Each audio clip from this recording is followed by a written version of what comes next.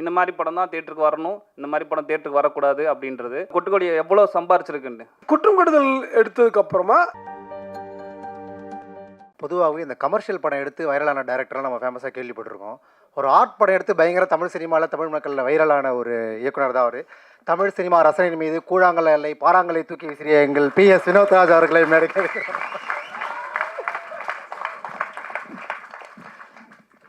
எல்லாருக்கும் வணக்கம். ரொம்ப சந்தோஷமா இருந்துச்சு. என்னன்னா, நான் வந்து ஃபெஸ்டிவல் போய் இங்கேயும் தடையா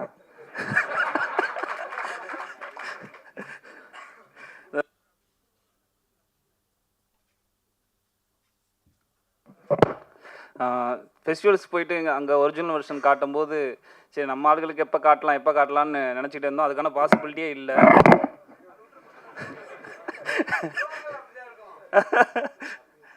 ஆனால் இங்கே வானம் ஃபிலிம் ஃபெஸ்டிவலில் வந்து என்னோடய ஒரிஜினல் வெர்ஷனை காட்டினதில் ரொம்ப ரொம்ப சந்தோஷமாக அது இன்றைக்கி தான் அது எனக்கு ரொம்ப பாசிபிலிட்டி ஆச்சுன்னா ஒரு பெரிய ஏக்கம் இருக்கும் இல்லையா. அது ஏதோ ஒரு மியூட் வார்த்தையாக இருந்தாலும் எதுவாக இருந்தாலும் ஒரு வச்சா நம்ம அப்படியே முழுசாக காட்டணும், அவன் நம்ம படத்தை எல்லாருக்கும் அதை எப்படி இது பண்ணிக்கிறாங்கன்னு பார்க்கணுன்னு ரொம்ப ஆசையாக இருக்கும் இல்லையா. அது இன்றைக்கி நிறைவேறினது ரொம்ப சந்தோஷமாக இருந்துச்சு. அவர் வந்து கொட்டுக்காளி வந்து அவங்க சொன்ன மாதிரி எந்த மாதிரியான காலகட்டத்தில் அது ரிலீஸ் ஆகிருக்குன்ற பொறுத்தவரை அந்த வகையில் கொட்டுக்காளி எப்போயுமே ஒரு சக்ஸஸ்ஃபுல்லான படம் தான். ஸோ நான் அதுக்கு என்ன சொல்கிறது, அது ரிலீஸ் டயத்தில் வந்து மிக்சடான சில விஷயங்கள் நடந்துச்சு. அது இன்றைக்கி எல்லா படத்துக்குமே நடக்குது. அது கொட்டுக்காளிக்கு மட்டும் இல்லை, எல்லா படத்துக்குமே நடக்குது. அதனால் அதையுமே நான் பெருசாக இல்லை. ஆடியன்ஸ்லேருந்து வரும்போது எனக்கு ஒரே ஒரு என்ன தான் தோணுச்சு, நான் முன்னாடியே சொன்ன மாதிரி அவங்களுக்கு ப்ராக்டிஸ் இல்லை, அதனால் அவங்களுக்குள்ள சில கன்ஃபியூஷன்ஸ் வருது. எனக்கு தேட்டருக்குள்ளேயே நிறையா டிஸ்கஷன் வந்ததை நான் கேள்விப்பட்டேன், பார்த்தேன். அவங்களுக்குள்ளேயே சொல்யூஷன் கண்டுபிடிச்சதை பார்த்தேன். அதுக்கப்புறம் வந்து கேள்வியாக வரும்போதும் சரி ஒரு கட்டத்தில் அவங்களே வந்து யோசிக்க தானே சொன்னான் அப்படின்ட்டு போயிட்டாங்கன்றதையும் பார்த்தேன். எனக்கு இண்டஸ்ட்ரியிலேருந்து வந்த அம்பு தான் நான் இங்கிட்டிருந்து வரவே வராதுன்னு நினச்சினே. என்ன இங்கிட்டிருந்து ஒன்று வருது சம்மந்தம் இல்லாமல் அப்படின்னுச்சு. ஏன்னா இந்த மாதிரி படம் எடுத்தால் யாரெல்லாம் சப்போர்ட் பண்ணுவாங்களோ, எந்தெந்த மாதிரி இந்த மாதிரி படங்களை வந்து எடுக்கணும்னு சொல்லி இதை ஒரு ப்ராக்டிஸாக வச்சுட்ருக்க அமைப்புகள் கூட எனக்கு அந்த இதில் சப்போர்ட் பண்ணல. இண்டஸ்ட்ரியிலேருந்து சில எதிர்ப்புகள் வருது. அப்போது முக்கியமான கருத்தை வைக்கப்பட்டது இந்த மாதிரி படம் தான் தியேட்டருக்கு வரணும், இந்த மாதிரி படம் தியேட்டருக்கு வரக்கூடாது அப்படின்றது. நான் ரொம்ப எப்படி அதை பார்க்குறேன்னா, இந்த மாதிரி படம் தான் தியேட்டருக்கு வரணும், இந்த மாதிரி படம் வரக்கூடாதுன்னு சொல்கிறது இந்த தெருவுக்குள்ளே நீ வரக்கூடாதுன்னு சொல்கிற மனநிலைக்கு ஒப்பானது தான். ஸோ எனக்கு அது ஒரு பெரிய மனக்கோளாறு தான் நான் பார்க்குறேன். ஸோ அதனால் அதை சொல்லிக்கிறேன். எனக்கு வந்து சினிமான்றதே ஒரு ஆடம்பரமாக பார்த்து வளர்ந்தவன் நான். அப்படிப்பட்ட ஒருத்தன் வந்து 2 படம் எடுத்துட்டேன் இல்லையா, அதுவே எனக்கு ரொம்ப சந்தோஷம் தான். ஸோ கொட்டுக்காளி வந்து அனுபவமாக யாரும் நீங்கள் இது பண்ண வேணாம், நான் ரொம்ப சந்தோஷமாக இருக்கேன். எனக்கு தொடர்ந்து அடுத்தடுத்து வாய்ப்புகள் கிடைக்கும்போது நான் தொடர்ந்து இது பண்ணிட்டு போயிடல. இந்த 2 படம் எடுத்ததே எனக்கு பயங்கர சந்தோஷம் தான். அப்படி இல்லையா திரும்பி போய் 10 லட்ச ரூபாவில் படம் எடுப்பேன், எனக்கு ஒரு பிரச்சனையும் கிடையாது. இன்றைக்கி அதை விட நண்பர்களுக்கு அவ்வளோ பேர் சேர்ந்துருக்காங்க. ரஞ்சிதண்ணே எனக்கு கொடுத்துருவாரு, ஒன்றும் பிரச்சனை. இங்கே இருக்க அருணனை கொடுத்துருவாரு, யாரும் அவ்வளோ ஃப்ரெண்ட்ஸ் இருக்காங்க எனக்கு. அதனால் நான் ரொம்ப சந்தோஷமாக இருக்கேன். கொட்டுக்காளி வந்து நான் இன்னொன்று சொல்கிறேங்க, கொட்டுக்காளி வந்து முதல்ல தமிழ்லேருந்து செலக்ட் ஆன, பெர்லினில் செலக்ட் ஆன 74 வருஷம் நடக்கிற ஃபெஸ்டிவலில் வந்து முதல் தமிழ் படமாக செலக்ட் ஆச்சு. இது நீங்கள் எத்தனை கோடி கொடுத்து நீ என்னை வேல் பிரீமியர் பண்ணு சொன்னாலும் பண்ண மாட்டான். அப்போ பாருங்கள் அது கொட்டுக்கோடி எவ்வளோ சம்பாரிச்சிருக்குன்னு. ஸோ அதெல்லாம் பெரிய ப்ரைடு. வரலாற்றில் அந்த இடம் கிடச்சிருக்குன்றதுல அது ஒரு பேனருக்காக இருக்கட்டும், நம்ம தமிழ் இண்டஸ்ட்ரிக்காக இருக்கட்டும், எல்லாருக்கும் சேர்த்து தான் அது ஒரு சந்தோஷத்தை கொடுக்கும். ஸோ எனக்கு அந்த மாதிரி நிறையா சக்ஸஸ் வந்துக்கிட்டே இருக்குது, நிறைய கமெண்ட்ஸ் வந்துருக்கு. இன்றைக்கி படம் பார்த்தவங்களும் அவ்வளோ தூரத்துக்கு வந்து இன்றைக்கி படம் பார்த்தோம் நம்ம ஆடியன்ஸ் தான். ஸோ அவங்களுக்கும் அவ்வளோ பிடிச்சி பேசுனாங்க, ரொம்ப சந்தோஷமாக இருந்துச்சு. தொடர்ந்து இது நடக்கணும். அடுத்த வருஷம் படம் எடுத்துகிட்டு இருப்பேன், இல்லைனா படம் வந்து ஷூட் முடிச்சிருப்பேன். நான் அப்பயும் வந்து கலந்துக்கணும்னு ஆசைப்பட்றேன். இந்த இப்போ ஷூட் முடிச்சுட்டு வந்து உட்காந்துருக்காருல அது மாதிரி. நன்றி நன்றி வினோத். அடுத்ததாக ரொம்ப முக்கியமான 2 திரைப்படங்கள் எடுத்த குற்றம் கடிதல், மகளிர் மட்டும் ஆகிய திரைப்படங்கள் எடுத்த இயக்குனர் பிரம்மா அவர்களை மேடைக்கு அழைக்கிறேன். எல்லாருக்கும் வணக்கம். கல்லூரி காலங்களில் இருக்கும்போது நிறைய ஆர்வமாக நாடகங்கள், கலை நிகழ்ச்சிகள் அதெல்லாம்லையும் பங்கேற்றுட்ருப்பேன். அப்போது ரொம்ப ஆர்வமாக வந்து நிறைய விஷயங்களை செய்யணும்னு ஆசைப்படுவேன். ஒன்று வந்து இலக்கிய சிறுபத்திரிக்கை ஆரம்பிக்கணும்னு ஆசைப்பட்டேன். நாடகங்கள் இருந்தனால நாடக இயக்கங்கள் பண்ணணும்னு ஆசைப்பட்டேன். கல்ச்சுரல்ஸில் இருந்தனால நிறைய பண்பாட்டு சம்மந்தப்பட்ட கலை நிகழ்ச்சிகளும் அதை பற்றின ரிப்பீட்டடான நிறைய விஷயங்கள் பண்ணணும்னு ஆசைப்பட்டேன். அதே மாதிரி இளைஞர்களோட சேர்ந்து நிறைய வேலைகள் பார்த்துருக்கேன் சினிமாவுக்கு வர்றதுக்கு முன்னால். இல்லை, சினிமாவுக்கு வர்றதுக்கு முன்னால் இளைஞர்களோட சேர்ந்து சில வேலைகள் பார்க்கணுன்னு ஆசைப்பட்டிருக்கேன் உண்டு. அப்போது வந்து என்ன நினச்சிருக்கேன்னா, இளைஞர்களுக்கான கலை மற்றும் அரசியல் சார்ந்த விழிப்புணர்வு சம்பந்தப்பட்ட நிறைய ஒரு இன்ட்ராக்டிவான நிறைய செஷன்ஸ் நடத்தணும்னு ஆசைப்பட்டிருக்கேன். இதெல்லாம் ஆசைப்பட்டுட்டே இருந்த காலகட்டத்தில் எப்படியோ ஒரு இடத்துல சினிமாக்குள்ளெல்லாம் வந்ததுக்கப்புறமா இதை இன்னும் ஒரு டிக்கெட் வந்து இதெல்லாம் ஒன்று ஒன்றா டிக்கு போட்டு செஞ்சுக்கிட்டே இருக்குது. நீலம் பண்பாட்டு மையம், கூகை, அதுக்கப்புறம் வந்து இசை நிகழ்ச்சிகள், நாடக இயக்கங்கள். ஒரு கட்டத்தில் என்னன்னா இது நம்ம பண்ணணும்னு நினச்சதுல ஒருத்தர் பண்ணிட்டே இருக்காரு. அப்புறம் எனக்கு ரொம்ப மகிழ்ச்சி ஆயிடுச்சு. இப்போ என்ன ஆகிப்போச்சுன்னா, இது வந்து ரஞ்சித்தோடது கிடையாது, இது என்னோடதுங்கிற அந்த உரிமையோடு தான் நான் ஒவ்வொரு முறையும் இதை பயங்கரமாக ரசிச்சுட்டு இருப்பேன். இதை என்னோடய நண்பர்களுக்கு எல்லாருக்குமே தெரியும். ஏன்னா இதெல்லாம் நாங்கள் ரெகுலராக பேசிகிட்டே இருந்தோம் கல்லூரி காலங்களில், அதுக்கப்புறமா வேலை பார்த்த காலங்கள்லாம். இப்போ இதோடைய பரிமாணமாக இப்போ இவ்வளோ பெரிய கூட்டம் வந்து இதை பார்க்குது அப்படிங்கிறது ரொம்ப ஒரு பெரிய மகிழ்ச்சியான ஒரு விஷயமா இருக்குது. காரணம் என்னென்னா, நான் வந்து சினிமாவுக்கு வந்ததுங்கிறது உண்மையிலே ஒரு வித்தியாசமான ஒரு விபத்து தான். அது ஒரு சூழ்நிலை காரணமாக நான் சினிமாக்குள்ளே வந்தேன். வேறு நானுடைய சோஷியல் ஒர்க்குங்கிற மாதிரியான விதங்கள்லையும் நாடகங்கள்லையும் தான் நான் வேலை பார்த்துட்டு இருந்தேன். ஆனால் அந்த வகையில் எனக்கு வந்து ஃபெஸ்டிவல்ஸ்லாம் எனக்கு வந்து தெரியவே தெரியாது. குற்றம் கெடுதல் வந்து முதல்ல ஃபெஸ்டிவலுக்கு போகும்போது தான் ஃபெஸ்டிவல்லாம் ஒன்று இருக்கும். எனக்கு தியேட்டர் ஃபெஸ்டிவல் தெரியும், ஆனால் ஃபிலிம் ஃபெஸ்டிவல் இருக்குங்கிறது எனக்கு தீபாவளி பொங்கலை தவிர நமக்கு இந்த ஃபெஸ்டிவல்லாம் தெரியவே தெரியாது. குற்றம் கெடுதல் எடுத்ததுக்கப்புறமா அதுக்கப்புறம் வந்து கொஞ்சம் கொஞ்சமாக நான் வந்து என்னை புரிஞ்சுக்க ட்ரை பண்ணுறேன். எனக்கு சினிமா கூட இருக்கக்கூடிய தொடர்பை புரிஞ்சுக்க ட்ரை பண்ணுறேன்.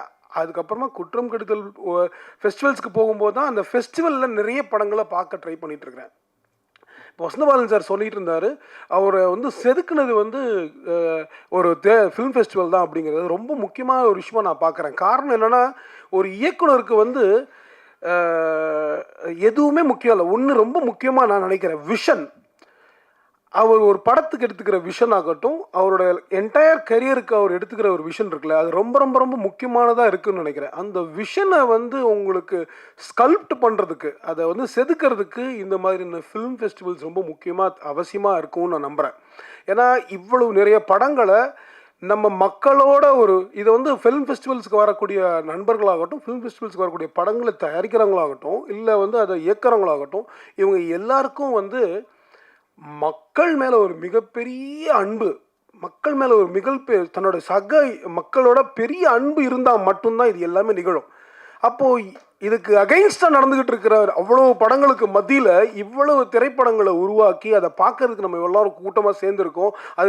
அதுக்கு இடம் கொடுக்கறதுக்கு, அதை உருவாக்கி கொடுக்கறதுக்கு இன்னும் சில தோழர்கள் இயங்கிக்கிட்டு இருக்காங்க. அப்படிங்கிறது வந்து ஒரு பெரிய விஷயமாக நான் அதை பார்க்குறேன். அதாவது இன்னொரு முக்கியமான விஷயம் என்னென்னா, எனக்கு நேற்று என்னோட மகன் வந்து 10ஆம் கிளாஸ் படிக்கிறாரு. அவர் வந்து இந்த பேட்டில் ஆஃப் அல்ஜியர்ஸ் படத்தை பார்க்கறதுக்காக அனுப்பியிருந்தேன் நான். எனக்கு அதில் ஒரு சின்ன குழப்பம் இருந்துச்சு. என்ன, அந்த படம் பழைய படமாச்சு, நமக்கு பிடிச்சிருந்தது ஓகே, ஆனால் வந்து நம்ம பையனுக்கு பிடிக்குமா அப்படிங்கிற ஒரு ஆர்வத்தோடு அனுப்பியிருந்தேன். ரொம்ப நேரமாக இன்ஸ்பயர் ஆகி பேசிகிட்டே இருந்தாப்புல. எனக்கு அது ஒரு மிகப்பெரிய ஒரு வாய்ப்பாக பார்த்தேன் நான். இந்த மாதிரியான ஒரு பள்ளி மாணவனை இன்ஸ்பயர் பண்ணக்கூடிய படங்களுக்கான ஸ்பேஸ் வந்து சென்னையில் நமக்கு இன்றைக்கி இருக்குதுங்கிறது அவ்வளவு பெரிய முக்கியமான ஒரு விஷயமாக நான் நம்புகிறேன். இன்றைக்கி இருக்கக்கூடிய சமூக காலகட்டத்தில், இன்றைக்கி இருக்கக்கூடிய அரசியல் காலகட்டத்தில் இந்த மாதிரியான திரைப்பட விழாக்கள் மிக மிக முக்கிய பங்கு வகிக்கின்றன. காரணம் என்னவென்றால், அதை ஒரு லைவ் வயர்னு சொல்லுவாங்க. நமக்கு வந்து நம்மளுக்கு எதிரான ஒரு சக்தி இயங்கிக்கிட்டே இருக்குது, அதிகமான இயங்கிக்கிட்டே இருக்கிற நேரத்தில் நம்ம இதை விட்டுடாமல் மீண்டும் மீண்டும் செஞ்சுக்கிட்டே இருக்க வேண்டிய அவசியம் இருக்குது.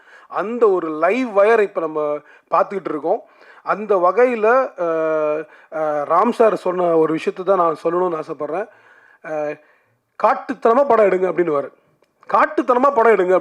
அப்படிப்பட்ட காட்டுத்தனமான படங்களை பண்ணுவதற்கு இந்த திரைப்பட விழா நிச்சயமாக ஒரு பெரிய ஒரு பங்கை ஆற்றும் என்று நம்புகிறேன். அதை உருவாக்கி கொடுத்த ரஞ்சித்துக்கும் தோழர்களுக்கும் நன்றி. பொதுவாகவே ஒரு படம் மொக்கையாக இருந்தால் கொரட்டை விடும், ஆனால் கொரட்டையை வச்சே 8 படம் கொடுத்த நம்ம இயக்குனர் விநாயக சந்திரசேகரன் அவர்களை மேடைக்கு அழைக்கிறேன். Please come on stage.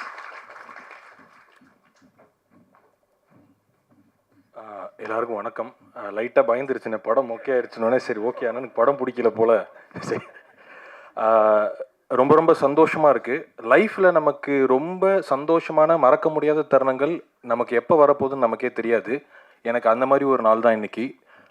நான் சினிமாவுக்கு வரத்துக்கு மகேந்திரன் சாரோட திரைப்படங்கள், மகேந்திரன் சார் எவ்வளோ முக்கியமோ அதுக்கு இணையாக பாரஞ்சித்தன் ரொம்ப முக்கியமாக இருக்காரு. இதை மேடையில் இருக்க நான் அண்ணன்ட்ட சொல்லணும் அப்படிங்கிறதுலாம் இல்லை. மணிகண்டனுக்கு தெரியும், மணியண்ணனுக்கு ரொம்ப தெரியும், அவங்களோட எவ்வளோ பெரிய ஃபேன்னு. டெய்லி ஏதாவது ஒரு விதத்துலையாவது காலால் அண்ணன் எப்படி என்ன பண்ணுச்சு, அண்ணன் இந்த சீன் எப்படி ஹேண்டில் பண்ணுச்சுன்னு தான் கேட்டுக்கிட்டே இருப்பேன். ஸோ அப்படி அதே இடத்துல இந்த அண்ணன் இருக்கிற மேடையில் நான் பகிர்ந்துக்கிறதுங்கிறது இதை விட சந்தோஷமான நாள் என் வாழ்க்கையில் திரும்ப கிடைக்குமான்னு எனக்கு தெரியல. நான் திரைப்படம் உதவி இயக்குனராக ஆகிற டைமில் எனக்கு இவ்வளோ பெரிய அவேர்னஸ் அபவுட் ஃபிலிம் ஃபெஸ்டிவல், உலக சினிமாக்கள் தெரியாது. நான் பார்த்து பயங்கரமாக வியந்த நம்ம சினிமா அட்டகத்தி தான் குட் நைட்டுக்கான மிக பேசிக் அடிப்படையான விஷயம். ஏன்னா நம்ம திரைப்படங்கள் பார்த்துக்கிட்டு இருக்கோம், லார்ஜர் தன் லைஃப் ஃபிக்ஷனல் சினிமாக்கள் பார்த்துக்கிட்டு இருக்கோம். மொதல் டைம் நான் படம் பார்க்குறேன், நம்ம குடும்பத்தை என் அப்பா என் அண்ணனை பார்க்குற மாதிரியான ஒரு படம். அதில் பேசின அரசியல், அதாவது எனக்கு ஒரு மிக முக்கியமான ஒரு வரி அடிக்கடி அது மனசில் ஓடிக்கிட்டே இருக்கும். மெட்ராஸ் திரைப்படத்தில் வர வரி தான், உழைக்கும் இனமே உலக ஜெயித்திரும் ஒரு நாள், விழித்து இருந்தால் விரைவில் வந்து இருந்துத்திருந்தால் அப்படிங்கிறது. அதை மெயின் ஸ்ட்ரீமால் இவ்வளோ பெரிய இதில் அந்த வரி கேட்கறதுக்கு அதுக்கு யார் காரணம்? பாரஞ்சித் அண்ணனால தான் அது முடியும். நான் பாரஞ்சித் அண்ணனை ஒரு தனி நபராக ஒரு ஒரு ஒரு ஃபிலிம் மேக்கராக மட்டும் பார்க்கல, மிகப்பெரிய ஒரு மூமெண்ட்டாக பார்க்குறேன். ஸோ எனக்கு ஆக்சுவலி என்னன்னா, எனக்கு வசந்த பாலன் சார், லெனின் பாரதி சார், பாரஞ்சித்லாம் இருக்கும்போது நான் கீழே அப்படி உட்காந்துட்டு அவங்க பேசுறது கேட்கணுன்னு தான் எனக்கு ஆசையாக இருக்குது. மேடையில் உட்காந்துருக்கும் போது எனக்கு பயம்தான் இருக்குது. ரொம்ப ரொம்ப சந்தோஷமாக இருக்குது. உங்களில் நானும் இருக்கணுன்ற ஆசையோட எங்கள் கீழே தான் உட்காரன்னு ஆசைப்பட்றேன். இருந்தாலும் மேடை நாகரிகமாக எங்கள் மேலே உட்காரேன். ரொம்ப ரொம்ப நன்றி, தேங்க்யூ. பார்த்தீங்கன்னா 6 வருஷத்துக்கு முன்னாடி படம் எடுத்தார். 6 வருஷமும் இந்த படம் சினிமா வட்டாரத்தில் பேசப்பட்டு கொண்டே இருக்கிறது. சினிமா வட்டாரத்தில் தொடர்ந்து பேசப்பட்டு கொண்டே இருக்கிறது. ஸோ கவுண்ட் முக்கியம் இல்லை. மேற்கு தொடர்ச்சி மலை திரைப்படத்தை எடுத்த லெனின் பாரதி அவர்களை மேடை கிடைக்கிறார். தோழர்கள் அனைவருக்கும் வணக்கம். முதல் நாள் துவக்க நிகழ்ச்சியில் சொன்னதுதான், இது வந்து ஒரு என்ன சொல்கிறது, ரொம்ப சந்தோஷமாக இருந்துச்சு. இந்த 5 நாளுமே புது புது முகங்கள், அதுதான் ரொம்ப பயங்கர எனர்ஜியாக இருந்துச்சு. நம்ம பொதுவாக வெளியில் ஒரு குற்றச்சாட்டு இருக்குல்ல, இன்றைக்கி யங்ஸ்டர்ஸ் வந்து பொலிட்டிக்கலாக இருக்க மாட்டுறாங்க, யங்ஸ்டர்ஸ்க்கு வந்து ரசனை இல்லை, அவங்க வந்து கமர்ஷியலாக பார்க்குறாங்க, அப்படிலாம் இல்லை. அதெல்லாம் தகர்க்கிற மாதிரி அவ்வளோ இளைஞர்கள் வந்து இதில் வந்து பங்கேற்றது வந்து பயங்கர எனர்ஜியாக இருந்தது. உட்காரதுக்கு இடம் இல்லை. ஒவ்வொரு ஷோவிலுமே ஒரு 50-100 பேர் வெளியில் நிற்க வேண்டிய ஒரு கட்டாயம் தான் இருக்குது. ரஞ்சித் தோழர் வேலையில் இருந்த போதும் கூட இது ரொம்ப நேர்த்தியாக நடத்தப்பட்டுச்சு. அதுதான் பயங்கர சந்தோஷமாக இருந்துச்சு. இதுக்கு பின்னால் இருந்த அத்தனை தோழர்களுக்கும் ரஞ்சித் தோழருக்கும் இந்த நேரத்தில் நன்றியை தெரிவித்துக்கொண்டு ஒரு வேண்டுகோளையும் வச்சுக்கிறேன் நான். இந்த கண்டிப்பாக நம்ம இந்த 2 திரைப்படத்தையும் வேறு ஏதாவது ஒரு இடத்துல திரையிட்டு கண்டிப்பாக நீளம் அந்த டிகே ரோஸ் நிகழ்வை அந்த இடத்துல நிறைவு செய்யணும்னு ஆசைப்படுறேன். நன்றி.